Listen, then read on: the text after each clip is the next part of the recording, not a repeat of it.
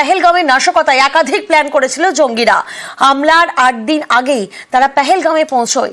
বৈশরণে হামলার আগে 3 জায়গা রেকি করে। নিরাপত্তার কড়াকড়ি এবং পর্যটকদের সংখ্যা দেখে সিদ্ধান্ত বদল করে প্রত্যন্ত এলাকার পর্যটন কেন্দ্র বৈশরণে হত্যালীলা চালায়।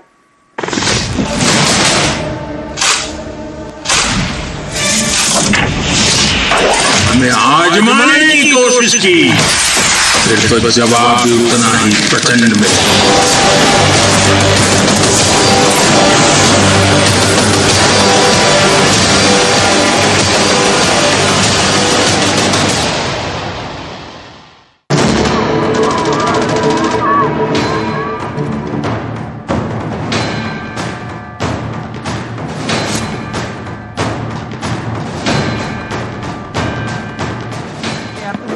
রক্তাক্ত কাশ্মীর, পেহেলগাঁওয়ের বৈসারান উপত্যকায় আচমকা জঙ্গি হানা, বেছে বেছে পর্যটকদের গুলি। 26 জন নিহত। এই জঙ্গি হানার তদন্তে চাঞ্চল্যকর তথ্য উঠে এসেছে এনআইএর গোয়েন্দাদের হাতে।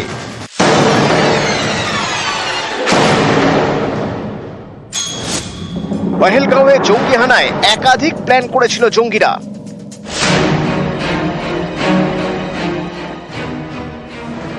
শেষমেশ প্রত্যন্ত এলাকার পর্যটন কেন্দ্র বৈসারান উপত্যকায় হামলা চালায়। 22 এপ্রিল চলে হত্যালীলা। গোয়েন্দারা জানতে পেরেছেন গত 15 এপ্রিল পেহেলগাঁওয়ে পৌঁছয় জঙ্গিরা, অর্থাৎ নাশকতার 8 দিন আগে। এই 8 দিনে বৈসারান ছাড়া পেহেলগাঁওয়ের আরো 3 জায়গায় রেকি করে জঙ্গিরা: আরু ভ্যালি, লিডার বিনোদন পার্ক এবং বেতাব ভ্যালি। এই দেখুন, বেতাব ভ্যালিতে ঘুরে বেড়াচ্ছে বৈসারানের নাশকতায় জড়িত 2 জঙ্গি। এটা 18 এপ্রিলের ছবি। রেকি করতে বেতাব ভ্যালিতে গিয়েছিল জঙ্গিরা। এই পেহেলগাঁওয়ের পাশ দিয়ে বয়ে গিয়েছে লিডার। পাহাড় জঙ্গলের মাঝে নদীর পাশে লিডার বিনোদন পার্ক, এটাও ছিল জঙ্গিদের নজরে। এখানেও রেকি করে জঙ্গিরা।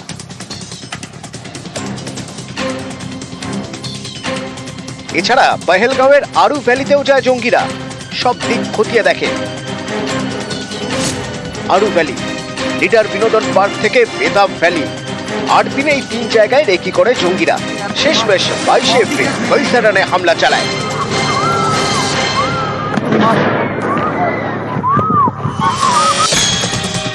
এনআইএর অফিসারদের সন্দেহ, নিরাপত্তার কড়াকড়ি থাকায় প্ল্যান বদল করে জঙ্গিরা। নাশকতার জন্য বেছে নেয় পেহেলগাঁওয়ের প্রত্যন্ত পর্যটন কেন্দ্র বৈসারানকে। 21 এপ্রিলই তারা হামলার ছক কষে, কিন্তু সেদিন বৈসারানে পর্যটকের ভিড় না থাকায় হামলা চালানো হয় পরের দিন, 22 এপ্রিল।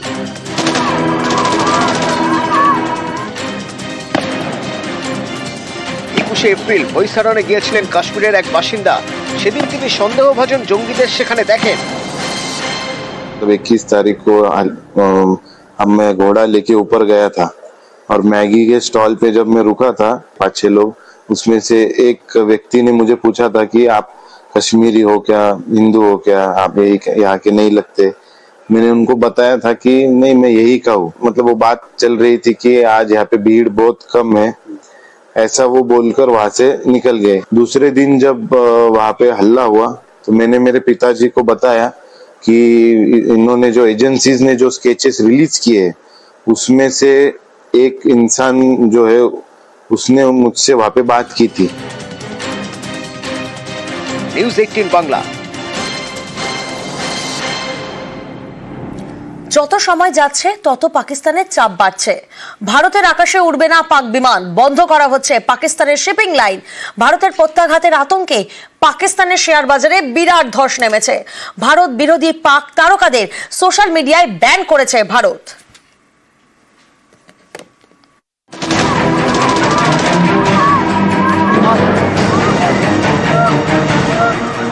কাশ্মীরে জঙ্গি হানা, পেহেলগাঁওয়ে বেছে বেছে পর্যটকদের গুলি, জঙ্গিদের তাণ্ডবে 26 জনের প্রাণ গেছে। এরপর থেকেই ক্ষোভে ফুঁসছে ভারত।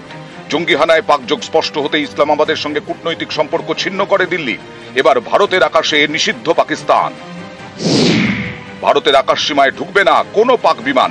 পাকিস্তানের সামরিক ও অসামরিক সব বিমানই নিষিদ্ধ। পাক অপারেটরদের ভাড়ার বিমানও ঢুকতে পারবে না ভারতের আকাশ সীমায়। বুধবার থেকে এই নির্দেশ জারি করেছে ভারত। এবছরের 23শে মে পর্যন্ত পাকিস্তানের ওপরে নোটাম জারি করা হয়েছে। ভারতের যে এয়ার স্পেস এখন আর পাকিস্তান ব্যবহার করতে পারবে না। এখন ওদের যেতে হলে আইদার চায়নার উপর দিয়ে ঘুরে যেতে হবে কিংবা নিচ দিয়ে শ্রীলঙ্কার নিচ দিয়ে তারপরে যেতে হবে। তাতে পাকিস্তানের এয়ারওয়েজের অনেক অনেক লম্বা, ডবল লম্বা হয়ে যাবে ফ্লাইটের ডিউরেশন, আবার তেল খরচ। এটা কিন্তু পাকিস্তানের জন্য খুবই মুশকিলের অবস্থা। এখানেই শেষ নয়, পাকিস্তানের সঙ্গে শিপিং লাইন এবং ডাক পরিষেবা বন্ধ করতে চলেছে ভারত। বেশ কয়েকজন পাক তারকার ইনস্টাগ্রাম অ্যাকাউন্ট ভারতে নিষিদ্ধ করা হয়েছে। মাহিরা খান, আলী জাফর, হানিয়ার অ্যাকাউন্ট এখন ভারতে নিষিদ্ধ। আগেই ভারতে নিষিদ্ধ করা হয় 16টি পাক ইউটিউব চ্যানেল। তালিকায় শোয়েব আখতার এবং শাহিদ আফ্রিদির মতো ক্রিকেটারের চ্যানেল রয়েছে। পহেলগাঁওয়ে জঙ্গি হানার পর সেনাকে পূর্ণ স্বাধীনতা দিয়ে দিয়েছেন প্রধানমন্ত্রী। যে কোনো সময় হবে প্রত্যাঘাত। এতে বুক কাঁপছে পাকিস্তানের। এমনই পরিস্থিতি যে মঙ্গলবার গভীর রাতে সংবাদ মাধ্যমের সামনে বসে পড়েন পাক মন্ত্রী। তার গলায় কাতর আর্জি। India intends carrying out military action against Pakistan in the next 24 to 36 hours on the pretext of baseless and concocted allegations of involvement in the Pahalgam incident. We have always condemned terrorism in all its forms and manifestations anywhere in the world. Transparent and independent investigation by a neutral commission of experts to ascertain the truth. India has apparently decided to tread the dangerous path of irrationality and confrontation, which will have catastrophic consequences for the complete region and beyond. Evasion of credible investigation is in itself sufficient evidence exposing India's real motives. Pakistan reiterates that any such military adventurism by India would be responded to assuredly and decisively. ভারতের বদলার আতঙ্কে ক্রমশ চাপ বাড়ছে পাকিস্তানের। বড় ধাক্কা লেগেছে সেদেশের অর্থনীতিতে। বৃহস্পতিবার ধস নামে পাকিস্তানের শেয়ার বাজারে ৩৫০০ পয়েন্ট পড়ে যায় পাকিস্তান স্টক এক্সচেঞ্জ। ভারতের প্রত্যাঘাতের আতঙ্কেই এই হাল বলে মনে করছেন সেদেশের অর্থনীতিবিদরা। নিউজ 18 বাংলা। পাকিস্তানের ডানা ছাড়লো ভারত, ফুঁসছে ভারত, কাঁপছে পাকিস্তান। বদলার ভয়ে এবার সেফ হাউসে হাফিজ সৈয়দ। পহেলগাঁও হামলায় লস্কর জো কার্যত স্পষ্ট। হাফিজকে সেফ হাউসে নিয়ে গেল আইএসআই। আরো একবার আপনাদেরকে জানাবো, ফুঁসছে ভারত, একেবারে অ্যাকশন মোডে ভারত, প্রত্যাঘাতের মোডে ভারত। আর এবার সেফ হাউসে হাফিজ সৈয়দকে নিয়ে গেল আইএসআই। 22 এপ্রিল যে নারকীয় হত্যালীলা চলে, যে নৃশংস হত্যালীলা চলে বৈশারানে, তারপর আমরা দেখেছিলাম প্রধানমন্ত্রীর বাসভবনে সিসিএস এর বৈঠক হয়। সেখানে একাধিক কড়া পদক্ষেপ নেওয়া হয়, সিন্ধু চুক্তি স্থগিত হয়, notice two air mission, NOTAM জারি হয়। এরকম একটা পরিস্থিতিতে ফুঁসছে যখন ভারত, সেই অন্যদিকে দেখা যাচ্ছে কাঁপছে পাকিস্তান। আর এবার সেফ হাউসে হাফিজ সৈয়দকে নিয়ে গেল আইএসআই।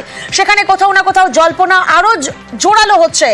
যত সময় যাচ্ছে ততই পাকিস্তানের উপর চাপ বাড়ছে।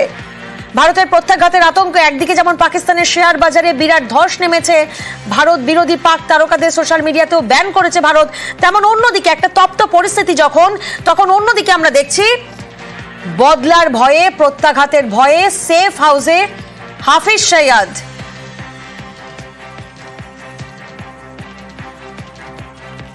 এই মুহূর্তে আমরা যোগাযোগ করতে পেরেছি আন্তর্জাতিক সম্পর্ক বিশেষজ্ঞ অনিক চট্টোপাধ্যায়ের সঙ্গে। অনিক বাবু, যে কায়দায় হামলা করা হয়েছে বৈশারণে, তাতে এটাই বারে বারে অনুমান করেছে গোয়েন্দা সংস্থা যে এই হামলার পিছনে লস্কর প্রধান 26/11 মুম্বাই হামলার ষড়যন্ত্রী হাফিজ সৈয়দের যোগ রয়েছে। এবার হাফিজ সৈয়দকে সেফ হাউসে নিয়ে গেল আইএসআই। নিঃসন্দেহে জল্পনা আরো জোরালো হচ্ছে। কিসের ইঙ্গিত?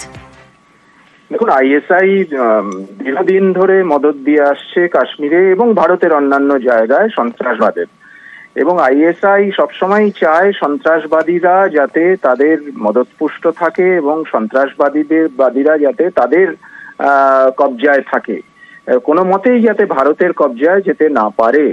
এই কারণেই আমার ধারণা এই হাফিজ সঈদকে আবার সেফ হাউসে নিয়ে যাওয়া হয়েছে এবং আগামী দিনে অন্য কোনো সন্ত্রাসবাদের ছক যাতে তারা আবার ভালো করে করতে পারে ভারতের মাটিতে, সেই সব কারণেই এই জাতীয় সন্ত্রাসবাদীদের, জঙ্গিদের সবসময় প্রোটেকশন দেয় আইএসআই। এটাও নতুন কিছু নয়। এখন চেষ্টা করবে যে বৈশান যে হত্যাকাণ্ডের সঙ্গে যারা যারা জড়িত তাদের যতজনকে পারা যায় এরকম সেফ হাউসে নিয়ে যেতে আইএসআই এর এই চক্রান্ত, এই ছক কিন্তু দীর্ঘদিনের চলছে ভারতের মাটিতে সন্ত্রাসবাদকে মদত দেওয়ার জন্য। বেশ, ধন্যবাদ আপনার প্রতিক্রিয়ার জন্য।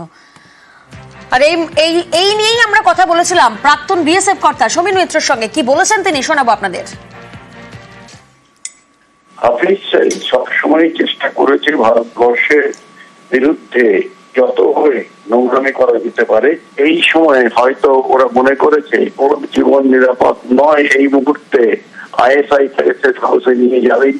হাফিজ সঈদকে নিয়ে যাওয়া মানে এটা বুঝতেই বোঝাই যাচ্ছে যে কত গুরুত্বপূর্ণ সে পাকিস্তানের এই ধরনের নারকীয় ঘটনার পেছনে থাকার জন্য। ভারত বিরোধী এবং ভারতের বিরুদ্ধে যতগুলো অ্যাকশন হয়েছে নারকীয়, এর পেছনে কিন্তু হাফিজ সঈদের সবচেয়ে বেশি হাত হয়েছে।